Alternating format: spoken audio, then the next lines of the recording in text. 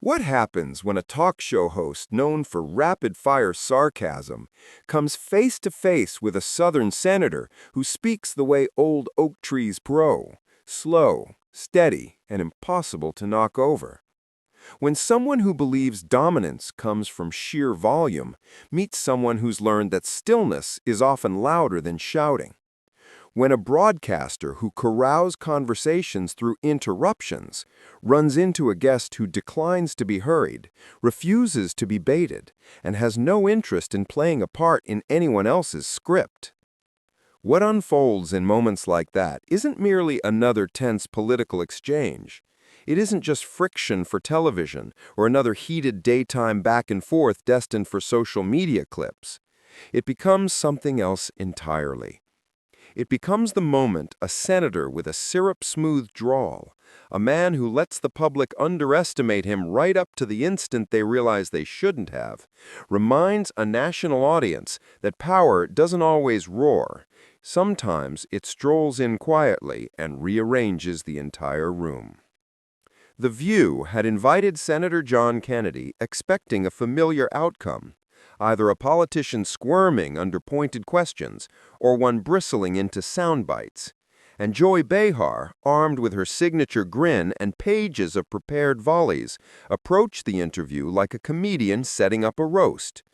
Her plan was simple: poke fun at his manner, undermine his seriousness, treat the man with the laid-back cadence as someone whose brains moved at the speed of his vowels. But what she called tough questions, Kennedy would soon reveal to be something closer to theatrical sparring: form over substance, flash over foundation. Instead of tackling policy, she targeted cadence. Instead of challenging his positions, she mocked his tone. To her, his deliberate speech signaled slowness. To him, it was a craft, each pause intentional, each word chosen with surgeon steady hands. This wasn't about whether political figures should be pressed. It wasn't about accountability or hard interviews. It was about the line between inquiry and performance, between criticism and condescension, between journalism and theatrics. And Joy Behar, confident she was steering the ship, had no idea she was sailing straight into a storm of her own making. As the cameras warmed and the audience applauded politely, Kennedy walked onto the stage with that unhurried ease of someone who wastes no energy pretending. No grand gestures, no need to win over the room, just steady composure, quiet as a held breath. He settled into his chair, hands calm, eyes observant. Joy greeted him with a smile that glinted like the edge of a blade, pleasant enough on the surface, but sharpened for the first swing. "Our next guest," she began, savoring the setup, "is a man who confuses headlines with heroics." The studio chuckled on cue, but something in the air tightened, as though the audience sensed that this exchange might veer off the usual path. Kennedy didn't flinch, didn't blink. He offered a polite nod, then waited. "So, Senator," Joy began sweetly, voice dipped in honey but carrying a sting beneath, "do you ever worry that your humor is just a cover for not much underneath?" The jab hit the room like a slap, direct, dismissive, almost daring him to sputter. But Kennedy simply breathed once, then replied in that low, unshaken cadence, "If depth means drownin' in nonsense, ma'am, I reckon I'll stay in the shallow end." Laughter burst out, not forced, not fed by cue cards, but real, startled, delighted. Joy's expression faltered just long enough for the camera to catch it before she tried to reset her smile. "Oh, you've got a line for everything," she quipped, her tone tightening. "That tends to fall apart once facts get involved." Kennedy leaned back, unbothered. "They usually hold up fine. The trick is saying things true enough to survive the check." The crowd reacted before Joy could. Applause, whistles, murmurs.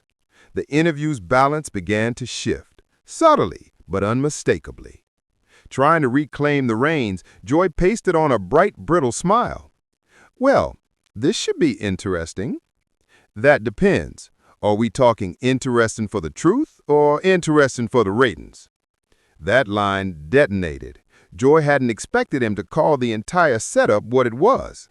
A ripple went through the crowd, the sound of people realizing the script was slipping out of the host's hands.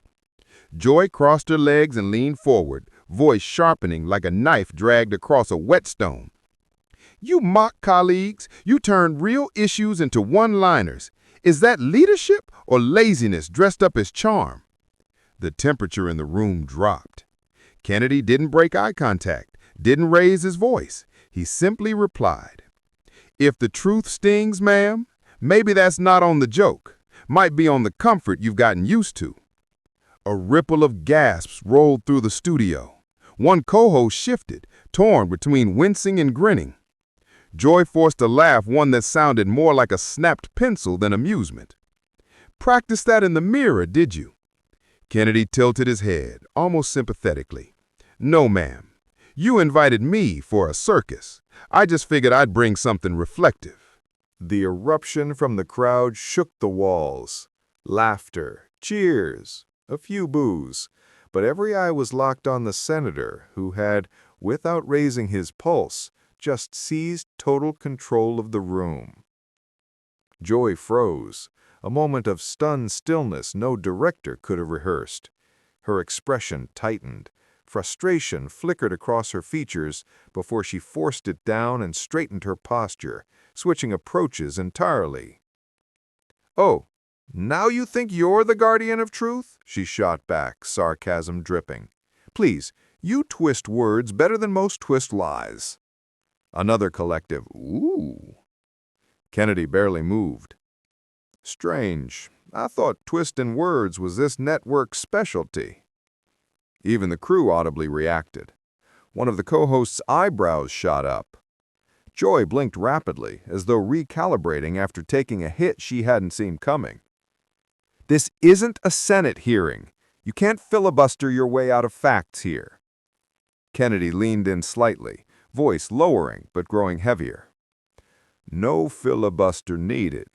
Facts have a way of standing tall, while opinions that chase applause tend to topple over." The room cracked open. Applause, shock, stunned laughter. Joy opened her mouth to retort, but nothing came out. The comeback died on her lips, somewhere between indignation and disbelief. Kennedy didn't smirk, didn't savor it cruelly. He simply eased back into his chair, hands resting calmly, letting the quiet stretch long enough for everyone to feel the shift that had taken place. A guest wasn't being grilled anymore. A host wasn't steering. A script wasn't being followed.